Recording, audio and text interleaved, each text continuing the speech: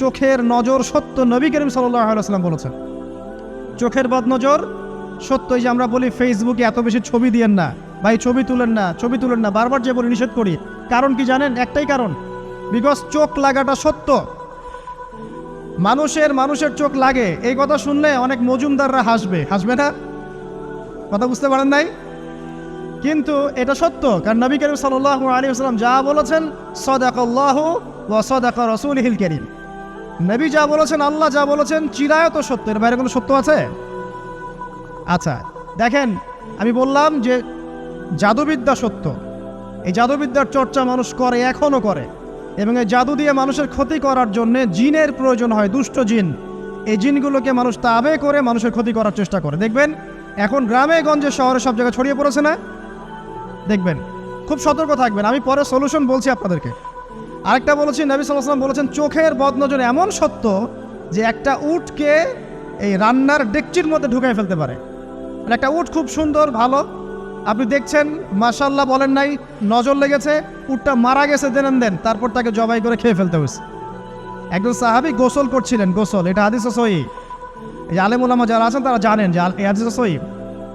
একজন সাহাবী গোসল করছেন, তার গায়ের চামড়াটা খুব সুন্দর ছিল, একদম স্কিনটা অনেক সুন্দর থাকে না এমন কিছু মানুষ? আচ্ছা, এখন আরেকজন সাহাবী এই গোসল দেখছেন দূর থেকে, দেখে বলছেন যে কি চমৎকার তার শরীরের রংটা, যেন কুমারী নারীর মতো, অনেকটা এমন একটা কথা তিনি বলেছিলেন। সাথে সাথে এই সাহাবী অজ্ঞান হয়ে পড়ে গেছে। কোন সাহাবী? যিনি গোসল করছিলেন। এটার আপনি কোনো ব্যাখ্যা দিতে পারবেন না তো, এখানে কোনো সায়েন্স দিয়ে বা মেডিকেল সায়েন্স দিয়ে আপনি কোনো ব্যাখ্যা করতে পারবেন না। একটা ব্যাখ্যা দিতে পারেন, কিন্তু কেন সেটা হলো সেটা আপনি অ্যান্সার খুঁজে পাবেন না। তো নবী সাল্লাল্লাহু আলাইহি ওয়াসাল্লামের কাছে নিয়ে যাওয়া হলো তাকে। তিনি বললেন যে এই ব্যক্তির ব্যাপারে কি কেউ ভালো মন্দ কিছু বলেছিল? তখন একজন সাহাবী বলেন, হ্যাঁ অমুকে বলেছে এর স্কিনটা অনেক সুন্দর, তো ওকে ডেকে নিয়ে আসুন। ওকে ডেকে আনা হলো। ডেকে আনার পর নবীজি তাকে অনেক শাসালেন, তোমরা তোমাদের ভাইদেরকে কি মেরে ফেলতে চাও? তখন এই সাহাবী তো অবাক, আমি আবার কখন মারতে চাইলাম ইয়া রাসূলুল্লাহ? আমি তো মারতে চাই নাই, আমি তো খালি বলেছি যে তার গায়ের রংটা অনেক সুন্দর। তখন তিনি বললেন, কেন তুমি সুবহানাল্লাহ বললে না, কেন তুমি মাশাআল্লাহ বললে না?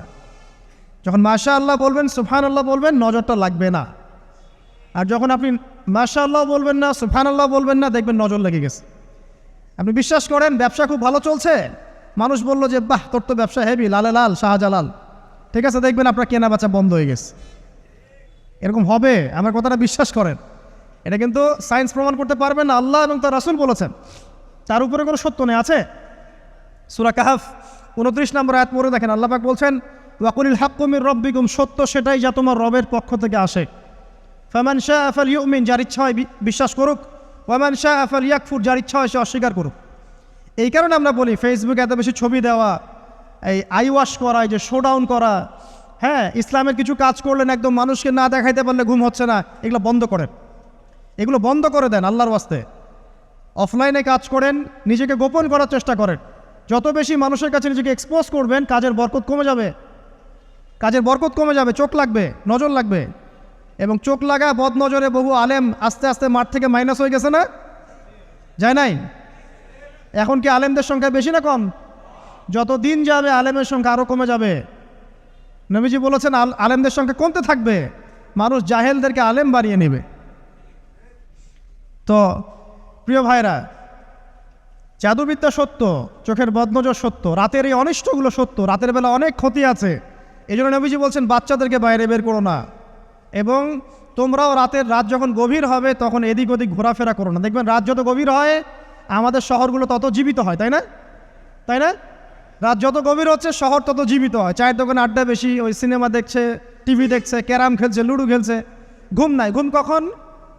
ফজরের আগে আগে। ফজরের নামাজ কিন্তু নাই, ফজরের ঠিক আগে আগে আবার ওই যে জোহরের নামাজের সঙ্গে উঠতেছে। এখন আমাকে বলেন, এরকম জেনারেশনকে দিয়ে কি আসলে ইসলামের কোনো খেদমত হবে? আচ্ছা, নবীজি রাতের বেলা আর্লি ঘুমাতেন, আল্লাহ পাক আমাদের সবাইকে তাড়াতাড়ি ঘুমানোর তৌফিক দান করুন। হ্যাঁ, আপনি ইলম চর্চা করলে রাত জেগে থাকতে পারেন, আপনি যদি জ্ঞান চর্চা করেন রাত জাগতে পারেন, আপনি কোনো গবেষণা করছেন, নামাজ পড়ছেন বা কোরআন হিফজ করছেন, আপনি রাতের আর্লি উঠবেন, এটা আলাদা বিষয়। কিন্তু কমনভাবে আমাদের এই যে ফেসবুক, ইউটিউবিং ইত্যাদিতে আমরা লিপ্ত থাকি, সারা রাতটা কাটাই আড্ডাবাজি করে, এগুলো বন্ধ করতে হবে। এগুলো বন্ধ না করলে ফিজিক্যালি আমরা মানে সুস্বাস্থ্যের অধিকারী হতে পারবো না, সারা দিনটা আমাদের একটা কি বলবো অলসতার ভাবে যাবে এবং দিনের বেলা কাজগুলো ব্যাহত হবে। এতে করে আমাদের উম্মার এই পুরো বড় যে তরুণ প্রজন্ম আছে এদেরকে আপনি সম্পদে পরিণত করতে পারবেন না। তাই এই সিস্টেমটা চেঞ্জ করা দরকার। নবীজি রাতের বেলা এই সূরা বাকারার শেষে 3টা আয়াত তেলাওয়াত করতেন, আমরা করবো ইনশাআল্লাহ। ইনশাআল্লাহ আরেকটা আমল বলে দেই, নবী করিম সাল্লাল্লাহু আলাইহি ওয়াসাল্লাম রাতের বেলা সূরা মুলক তেলাওয়াত করতেন। কোন সূরা এটা? কোন সূরা? তাবারাকাল্লাযী বিয়াদিহিল মুলক। কয়টা আয়াত আছে? 30টা আয়াত আছে। নবীজি বলেছেন সাল্লাল্লাহু আলাইহি ওয়াসাল্লাম যে এই সূরা আপনাকে কবরের আযাব থেকে বাঁচাবে ইনশাআল্লাহ। কবরের আযাব থেকে তো ভাই বাঁচা খুব সহজ নাকি? আমাদের মধ্যে এমন কেউ নাই, শোনেন, আমাদের মধ্যে এমন কেউ নাই আলেম জালেম মুফতি মুহাদ্দিস রাজনৈতিক নেতা পলিটিশিয়ান বিরোধী দল জাতি তারপরে যে সরকার দল যে আছে না কেন কবরের শাস্তি ফেস করবেন এমন একটা মানুষ নাই, কেউ নাই পৃথিবীতে। এই যে আপনি দেখছেন ওই যে কি ইসরায়েলের প্রধানমন্ত্রী, ওই রাশিয়ার প্রধানমন্ত্রী, ওই চায়নার সভ্যতা, পশ্চিমা সভ্যতা, এমন কেউ নাই পৃথিবীতে এখন যাকে কবরের শাস্তি ভোগ করতে হবে না। আছে? সবচেয়ে লঘু শাস্তি মানে লঘু চাপ, এটা বলতে গেলে আসলে আমি ভাষা হারায় ফেলি, তারপরে বলছি আল্লাহ পাক আমাদের সবাইকে হেফাজত করুন, আমিন।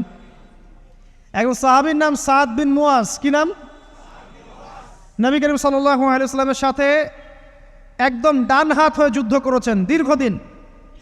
বদর তিনি বীর সেনা, উহুদের বীর সেনা, ঠিক আছে, খন্দকের যুদ্ধেও বীর বিক্রমে যুদ্ধ করেছেন। তিনি আনসার সাহাবী, একদম মদিনার নেতা সাহাবী।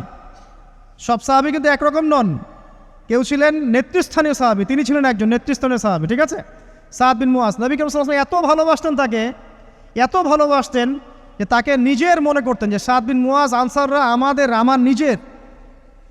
চারটাখানি কথা। এই সাহাবীর খন্দকের যুদ্ধে এই যে হাতের এই দিকে সম্ভবত হাতের এই রগের মধ্যে একটা তীর এসে লাগে এখানে,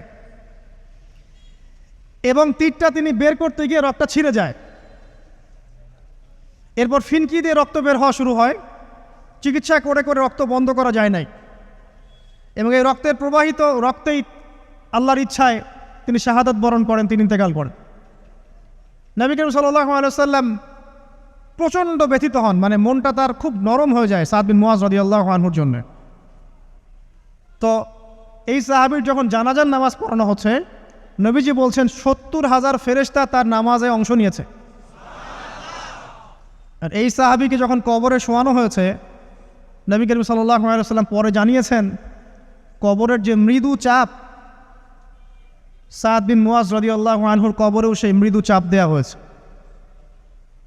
আমি কি বুঝাতে পারলাম ভাই? আমাদের কোনো দাম আছে এখনকার পলিটিশিয়ানদের কোনো দাম আছে? এখনকার সমাজ নেতার কোনো দাম আছে? এখনকার সুদখোরদের কোনো দাম আছে? এই ঘুষখোর দুর্নীতিবাজদের কোনো দাম আছে? আমরা যারা কাঠমোল্লা হয়ে আছি আমাদের কোনো দাম আছে? সাদ বিন মুয়াজ রাদিয়াল্লাহু আনহু যদি কবরের শাস্তি তাকে না ছাড়ে, প্রশ্নোত্তর পর্ব তাকে না ছাড়ে, আমরা পার পাবো? নবী করিম সাল্লাল্লাহু আলাইহি ওয়াসাল্লাম বলছেন সূরা মুলক তেলাওয়াত করো রাতের বেলা, ইনশাআল্লাহ সূরা মুলকের তেলাওয়াত কবরের আযাব থেকে তোমাকে বাঁচান। আর আমাদের তো ভাই কবরে সবাই সাথে যাবে না, গার্লফ্রেন্ড যাবে না, বাপ মা ভাই বোন সবাই যাবে না। একজন ব্যক্তি সুদ খাচ্ছে, জিজ্ঞাসা করে দেখেন কেন খায়, বলবে তার সন্তানের জন্য খায়, তার বউয়ের জন্য খায়, তার মা বাবাকে দেখতে হবে তাই খায়, তাই না? একজন ব্যক্তি ঘুষ খায়, বলবে আমার পরিবারের জন্য খাই। একজন দুর্নীতি করছে, পুকুর চুরি করছে, বলবে দুর্নীতি করছে আমার পরিবারের জন্য খাই, পরিবার ভালো থাকবে। সবার একই এক্সকিউজ যে পরিবার যেন ভালো থাকে, আমার সন্তানরা যেন ভালো থাকে, আগামী প্রজন্মের জন্য কিছু রেখে যেতে পারি, তাই না? এরকম একটা মানুষও কি আপনার সাথে কবরে যাবে? আর এই বোকা মানুষ কেন বোঝে না যে আপনার কবরে আপনাকেই যেতে হবে? তাহলে আপনি কি কারণে অন্যের কারণে নিজের পরকাল নষ্ট করছেন? অন্যের সুখের জন্য আপনি আপনার পরকাল নষ্ট করছেন। সুদ খাচ্ছেন, দিব্যি মায়ের সাথে জেনা করছেন। আপনাদের এলাকায় নাকি সুদের সমস্যা অনেক বেশি। কয়েকটা হাদিস বলে দেই, আমি ওদেরকে আক্রমণ করতে আসি নাই, আমি শুধু তাদেরকে 3টা হাদিস শোনাতে এসেছি। 1 নম্বর হাদিস শোনেন। আল্লাহর নবী মুহাম্মদ সাল্লাল্লাহু আলাইহি ওয়াসাল্লাম বলেছেন সুদের পাপের 73টা শাখা আছে। কয়টা? কোনো হাদিসে 70টাও আছে, কোনো হাদিসে 73টা আছে। বলছেন যে সবচেয়ে নিচের শাখাটা হচ্ছে সুদের পাপের সবচেয়ে নিচের শাখা হচ্ছে যে যেন কোনো ব্যক্তি তার মাকে রেপ করলো, তার মাকে ধর্ষণ করলো। 1 দিরহাম যে ব্যক্তি সুদ খায়, সহিহ বুখারীতে আরেকটা হাদিস এসেছে, সে যেন 36টা মেয়েকে ধর্ষণ করলো। আর আমি একটা কথা বানায় বলছি না, যদি বিশ্বাস না হয় কওমি মাদ্রাসা আছে, আলেম ওলামা আছে, গিয়ে বুখারী খুলতে বলেন, পড়তে বলেন, খালি একবার পড়তে বলেন, দেখেন যদি না থাকে তাহলে আমাকে এর সাথে থাপ্পড় দিয়ে